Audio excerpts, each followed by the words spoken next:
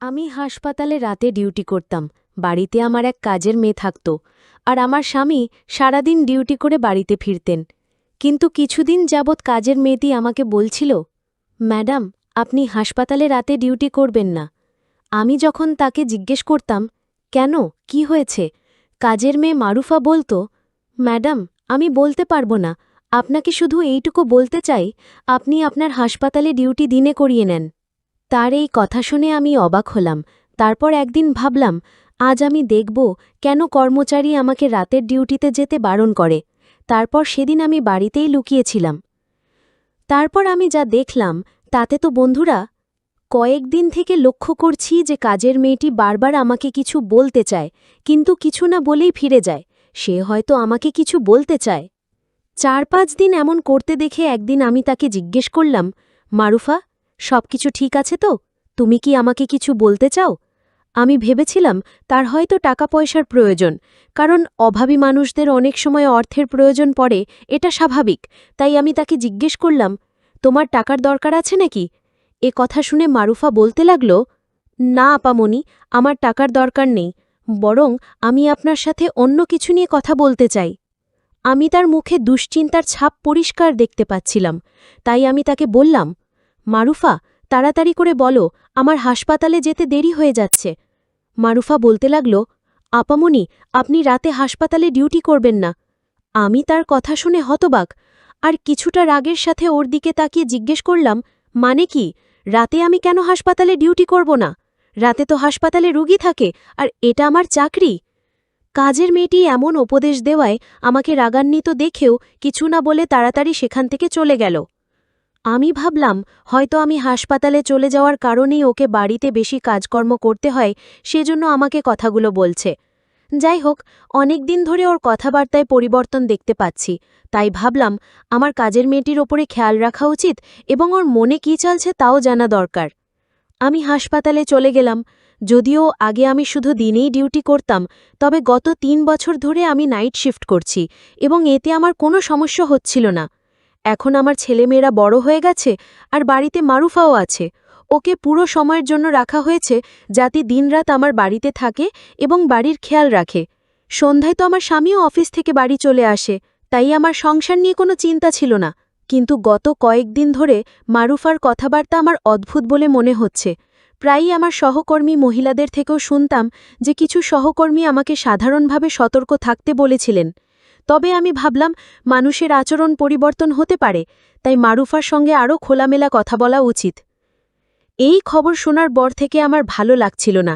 যদিও আমার স্বামীর প্রতি আমার পূর্ণ বিশ্বাস ছিল, আর কাজের মেয়েটির ওপরেও আমার বিশ্বাস ছিল, কারণ সে খুব ভদ্র আর সভ্য, কিন্তু আবার ভাবলাম কারো বদলে যেতে সময় লাগে না।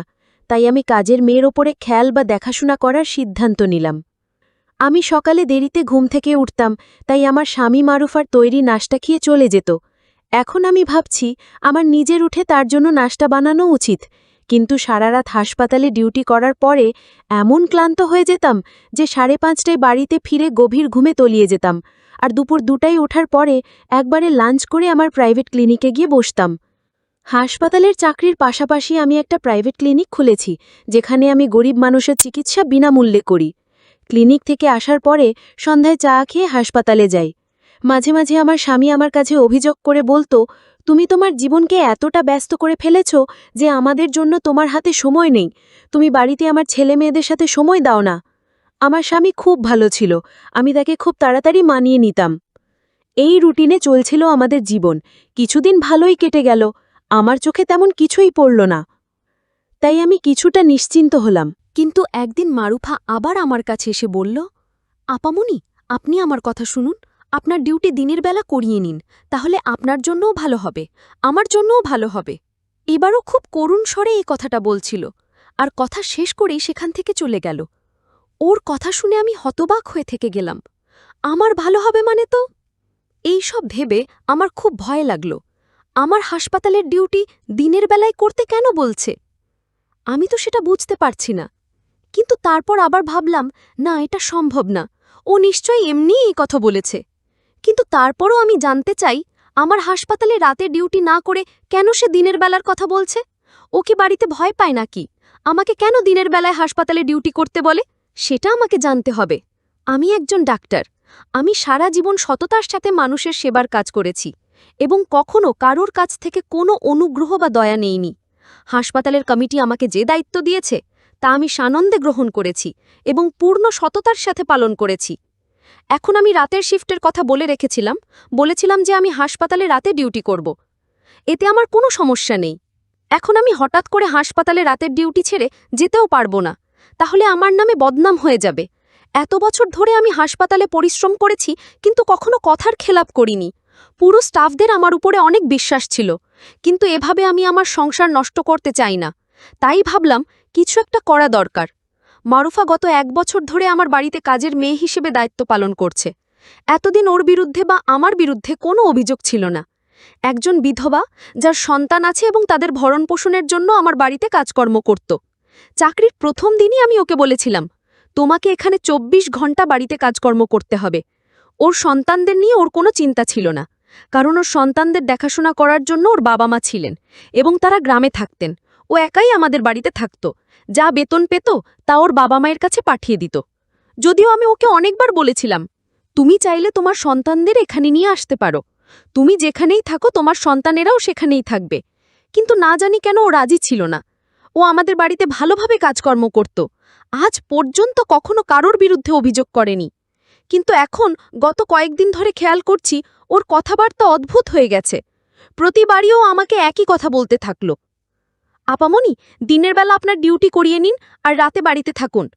আমি বুঝতেই পারতাম না যে রাতের বেলা বাড়িতে কি এমন হয় যার কারণে ও এত ঘাবড়ে যায়। আমি কাজের মেয়েটিকে বললাম, তুমি কি রাতে ভূতের ভয় পাও?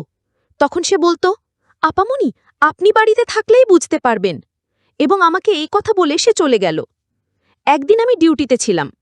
এমন সময় একজন নার্স আমার কাছে এসে বলল, অনেক দূর থেকে একজন মহিলা আপনার সাথে দেখা করতে এসেছেন। আমি জিজ্ঞাসা করলাম, সে কি রোগী? কারণ এই সময় আমি হাসপাতালের ডিউটিতে ছিলাম। তখন সে বলল, না, তিনি আপনার কোনো আত্মীয় বলছেন।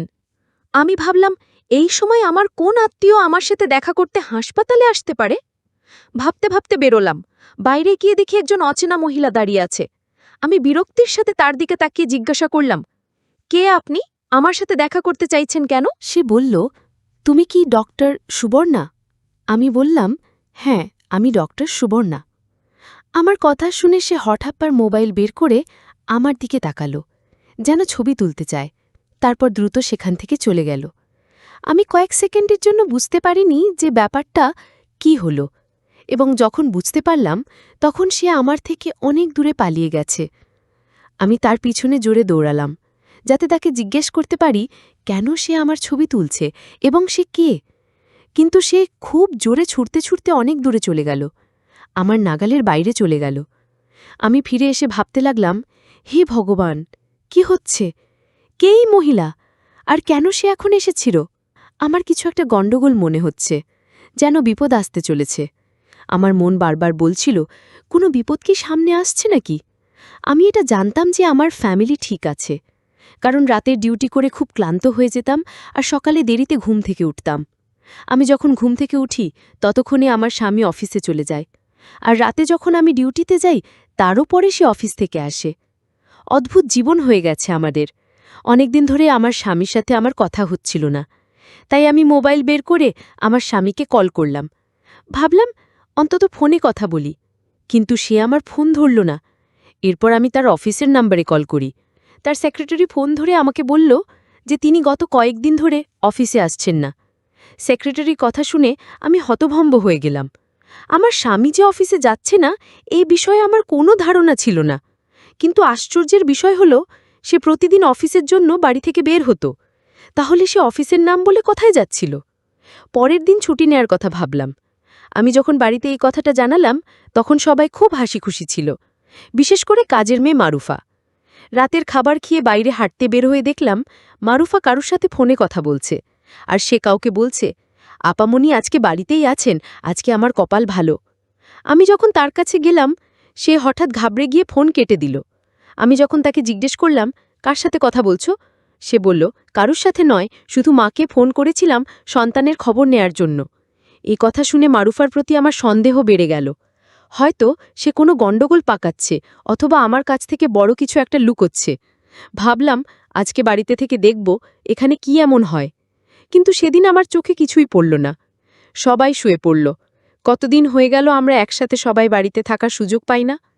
আমার স্বামী বলছিল, তুমি অনেক ভালো করেছো ছুটি নিয়ে। আমি সন্দেহের চোখে তার দিকে দেখছিলাম আর ভাবছিলাম, আমি আজ বাড়িতে থাকার কারণে সবার মন ভালো হয়ে গেল। আমার একটা মেয়ে এবং এক ছেলে আছে। মেয়েটা কলেজে পড়ে আর ছেলেটা ছোট, সে স্কুলে পড়ে। বাড়িতে আমরা একজনই ছিলাম, তাই আমার ধারণা ছিল বাড়িতে কাজকর্ম করার জন্য শুধু একটা কাজের মেয়ে যথেষ্ট। তাই মারুফা ছাড়া আর কাউকে বাড়ির কাজে নেয়ার কথা ভাবিওনি। আমি এক দুবার পরিবারের সদস্যদের জন্য বাড়িতে আরও একজন কাজের মেয়ে নেয়ার কথা বলেছিলাম। তখন সবাই মারুফার অনেক প্রশংসা করে বলতো যে ও একা থাকলেও আমাদের কোনো সমস্যা হয় না, তাহলে তোমার অন্য কাজের মেয়ে নেওয়ার কি দরকার। কিন্তু গত কয়েকদিন ধরে আমি লক্ষ্য করছি যে মারুফা আর আমার মেয়ে তোমা একে অপরের সাথে খুব গল্প করতে শুরু করেছে। তমা সারাক্ষণ মারুফার আশেপাশেই থাকত। মারুফা আমার মেয়ে তোমাকে অনেক খেয়াল রাখত।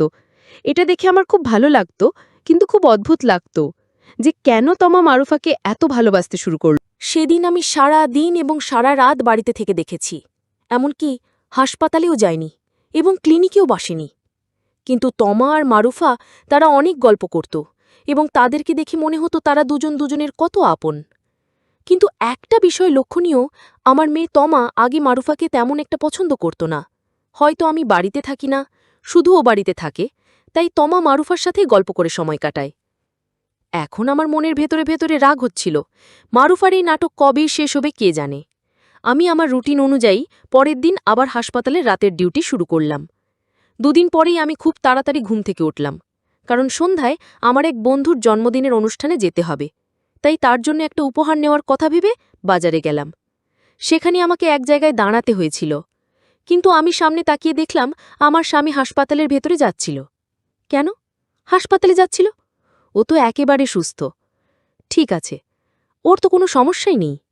তাই আমি তাকে অনুসরণ করে হাসপাতালে গেলাম। সেখানে গিয়ে দেখলাম সে একটা রুমের ভেতরে চলে গেল। আমি জানালায় উকি দিয়ে দেখলাম সে একটা মহিলাকে টাকা দিচ্ছে। মহিলাটিকে আমি চিনতে পারিনি। আমি ভাবলাম, কেন মহিলাকে টাকা দিচ্ছে? এই মহিলা কি আমার স্বামীর কোনো আত্মীয় হয়, নাকি সে হাসপাতালে কাউকে নিয়ে এসেছে আর সেজন্য আমার স্বামী তাকে টাকা দিল? আমার স্বামী মহিলাটিকে টাকা দিয়ে বেরিয়ে গেল। এরপরে মহিলাটি অন্য কাউকে ডাকল। কিছুক্ষণ পরে যে মহিলাটি ঘরে এলো, তাকে দেখে আমি চোখের পলক ফেলতেই ভুলে গেলাম, কেননা সেই মহিলাটি আর কেউ নয়, আমার কাজের মেয়ে মারুফা। অজানা মহিলাটি মারুফাকে কিছু টাকা দিল, আর মারুফা তাকে ধন্যবাদ জানিয়ে সেখান থেকে চলে গেল। আমি বুঝতে পারছি না কি হচ্ছে। আমার স্বামী প্রথমে এক অজানা মহিলাকে টাকা দিল, তারপরে সেই অজানা মহিলাটি আমার স্বামীর দেওয়া টাকা থেকে কিছু টাকা মারুফাকে দিল। অবশেষে মহিলাটি যখন আমার দিকে মুখ ঘোরালো, আমি স্তব্ধ হয়ে গেলাম। আমি কিভাবে এই মহিলাকে ভুলতে পারি? এতদিন পার হবার পরেও তার মুখটি আমার চেনা ছিল। এই সেই মহিলা যে সেদিন আমার ছবি তুলে পালিয়ে গিয়েছিল। আমি ভাবলাম তাকে গিয়ে জিজ্ঞেস করব, কিন্তু এরপরে আরেকজন লোক এসে সেই মহিলাকে নিয়ে সেখান থেকে চলে গেল। আমার মনে অনেক সন্দেহ হলো, তাই আমি সিদ্ধান্ত নিলাম যে এই রহস্য আমাকে খুঁজে বের করতে হবে। রাতে যখন আমি হাসপাতালে নাইট ডিউটিতে যাচ্ছিলাম, তখন আমার স্বামীও বাড়িতে এসে আমাকে বলল, চলো আমিও তোমার সঙ্গে যাই, আমাকেও কিছু জরুরি কাজে শহরের বাইরে যেতে হবে। আমি চিন্তায় পড়ে গেলাম যে ও যদি বাড়ির বাইরে থাকে তাহলে আমি কিভাবে সেই রহস্য খুঁজে বের করব। হাসপাতালে গিয়েও আমার অনেক চিন্তা হচ্ছিল, মাথায় প্রচণ্ড ব্যথা শুরু হলো। সার্জেন্ট ডাক্তার রাউন্ডে এসে আমার অবস্থা দেখে বললেন, আমার মনে হয় না তুমি হাসপাতালে রাতের ডিউটি করতে পারবে, তোমার বাড়িতে ফিরে যাওয়া উচিত। আমার এমন প্রচণ্ড মাথা ব্যথা ছিল যে আমারও মনে হচ্ছিল আমি এখানে আর থাকতে পারবো না। আমি আমার জায়গায় অন্য এক ডাক্তারকে ডিউটি দিয়ে এবং বাড়িতে না জানিয়ে চলে এলাম। এর আগে হঠাৎ করে কখনো বাড়িতে আসিনি। দরজা বন্ধ ছিল। ভাবলাম ওদের ঘুম থেকে ওঠানোর চেয়ে চাবি দিয়ে ঘরের দরজা খুললেই ভালো হবে। দরজা খুলে ভেতরে ঢুকতেই বুঝলাম আমার স্বামী হয়তো এখনও বাড়িতে ফেরেনি, কারণ তার গাড়ি ছিল না। আমি আমার রুমের দিকে যেতে শুরু করেছিলাম। আমি আমার ঘরের দিকে এগোতেই পাশের ঘর অর্থাৎ আমার মেয়ে তমার ঘর থেকে চাপা একটা অস্বাভাবিক শব্দ কানে এলো। আমার মনের ভেতরটা ধক করে উঠল। এত রাতে তমার ঘর থেকে এমন শব্দ কেন আসবে? আমি দ্রুত পায়ে তমার ঘরের সামনে দাঁড়ালাম। দরজাটা সামান্য ভেজানো ছিল। আমি সন্তর্পণে দরজার ফাঁক দিয়ে ভেতরে তাকালাম, আর যা দেখলাম তাতে আমার পায়ের তলা মাটি সরে গেল। তমা অস্থিরভাবে বসেছিল, যেন কিছু একটা থেকে মুক্তি পেতে চাইছে। তার চোখের দুটো লাল, মুখ দিয়ে সে অসংলগ্নভাবে কথা বলছিল, মানসিকভাবে বিচলিতা মনে হচ্ছিল। আর মারুফা, আমার কাজের মেয়ে মারুফা, তাকে শক্ত করে ধরে শান্ত করার চেষ্টা করছে। মারুফার চোখে মুখে রাজ্যের ভয় আর অসহায়ত্ব। সে বারবার বলছিল, তমামণি, শান্ত হও, আপামনি কিছুক্ষণের মধ্যেই এসে পড়বেন, সব ঠিক হয়ে যাবে। ঠিক তখনই সদর দরজা খোলার শব্দ হল। আমার স্বামী দ্রুত পায়ে ভেতরে ঢুকল। তার হাতে একটা ওষুধের প্যাকেট। সে সরাসরি তোমার ঘরের দিকে ছুটে এলো, আর আমাকে দরজায় দাঁড়ানো দেখে ভীষণভাবে চমকে উঠল। তার মুখটা ফ্যাকাশে হয়ে গেল। সে কিছু বলার আগেই আমি ঘরে ঢুকে পড়লাম। আমাকে দেখে তমা যেন আরও বেশি অস্থির হয়ে উঠল। আমার স্বামী ধরা পড়া গলায় বলল, সুবর্ণা, তুমি এখানে? আমি তখন আর সন্দেহর মধ্যে ছিলাম না। আমার মন বলছিল, এখানে অন্য কোনো গভীর রহস্য আছে। আমি কাঁপা গলায় জিজ্ঞেস করলাম, কি হয়েছে আমার মেয়ের? আর এসব কি হচ্ছে? আমার স্বামী দীর্ঘশ্বাস ফেলে সব খুলে বলতে শুরু করল। যা শুনলাম তা আমার চিকিৎসক সত্তা এবং মা সত্তা দুটোকেই নাড়িয়ে দিল। তমা মানসিকভাবে কিছু চ্যালেঞ্জের মধ্যে দিয়ে যাচ্ছিল। তার